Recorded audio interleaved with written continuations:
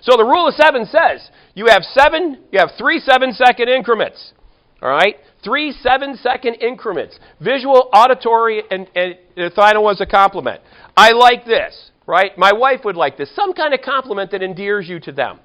Now, it's interesting that a lot of communication, and I used to say most, but I've changed that because I've realized now, most communication may or may not even have a verbal component to it. All right? In fact, a lot of conversation only has the words. In fact, 7% of communication is the words. 7% is the words. What did they do, right, when text really came on the scene 10, 15 years ago? Because it's only words, you really couldn't communicate the emotion. So what happened next?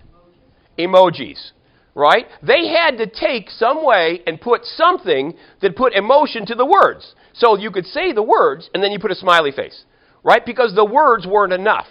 The words themselves weren't enough to carry the message that went out there. And yet most people utilize that as more frequently than anything. They use emails and text messages. They're using the mechanism that has the least amount of emotional attachment to it. By the way, that particular percentage is 7%. So 7% of it is the actual words that you're going to say. Okay?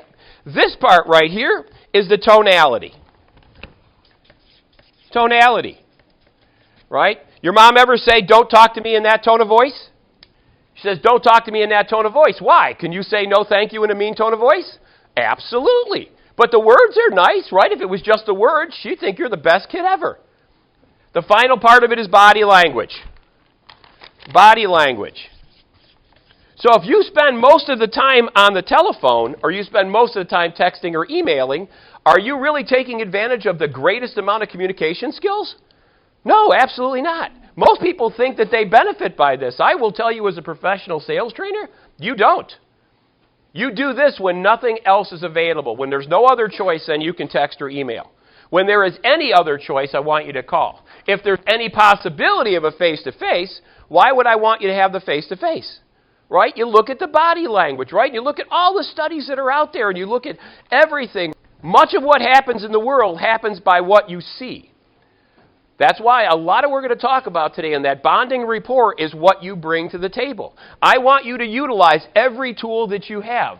Again, if 7% is the words, right, and body language and tonality makes up the greatest part of communication, I'm going to strongly encourage you to meet your clients, right, especially the people that are important to you.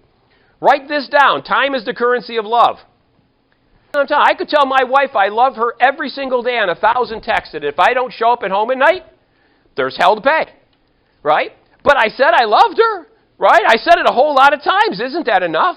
No. Time is the currency of love. And yet, we work like hell to get a client, and then we neglect them, right? We go crazy to get a customer, and then we neglect them, right? We don't lose our clients. We push them away. Shame on us.